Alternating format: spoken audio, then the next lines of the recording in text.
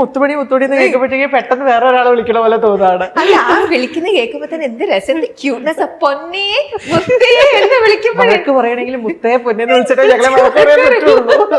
അതിന്റെ ആ ഒരു വിരോധാഭാസം അല്ലേ?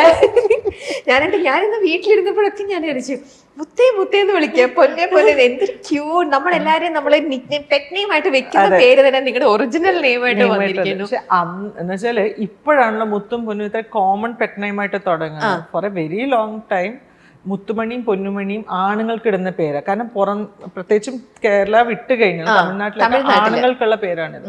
അപ്പൊ നമ്മൾ പുറത്തൊക്കെ എന്തെങ്കിലും മീറ്റിങ്ങിന്റെ ആവശ്യങ്ങൾക്ക് പോകുമ്പോൾ, അല്ലെങ്കിൽ പൊന്നൂന് ആക്ച്വലി ഹോസ്റ്റൽ അലോട്ട്മെന്റിന്റെ സമയത്തൊക്കെ ജെൻസ് ഹോസ്റ്റലിലേക്കൊക്കെ, കാരണം ഈ പേര് കാണാൻ പെട്ടെന്ന് ബോയ് ആണെന്നുള്ള ഒരു ഇതില്ല.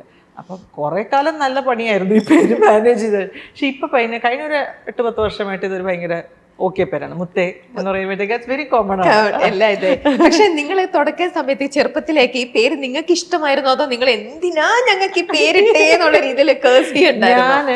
ഞാൻ അങ്ങനെയായിരുന്നു. പൊന്നും അങ്ങനെയല്ല. ഞാൻ ഇടയ്ക്ക് അമ്മയുടെ പറയും, എനിക്ക് 18 വയസ്സായിക്കുമ്പോൾ ഞാൻ പേര് മാറ്റിയിട്ട് ഞാൻ ഇടയ്ക്ക് ഇങ്ങനെ ആലോചിക്കും, ആ പേരിട്ടാലോ ഈ പേരിട്ടാലോ. അപ്പം ഗ്രാൻഡ് മദറിന് ഒഫീഷ്യൽ നെയിമും ഉണ്ട്, അതല്ലാണ്ട് തങ്കം എന്നൊരു പേരുണ്ട്. അപ്പൊ തങ്കമ്മ സാറിന് എല്ലാവരും അമ്മച്ചി പറഞ്ഞു, ഞങ്ങൾ തങ്കം നല്ല പേരായിരുന്നു. അല്ലെങ്കിൽ അച്ഛൻ്റെ അമ്മയുടെ പേര് കല്യാണി കുട്ടിയമ്മ എന്നാണ് പറയുന്നത്. കല്യാണി നല്ല പേര്. ഇത്ര നല്ല പേരുകൾ ഉണ്ടായിരുന്നിട്ട് എന്താ നിങ്ങൾ അതൊന്നും ആലോചിക്കാൻ?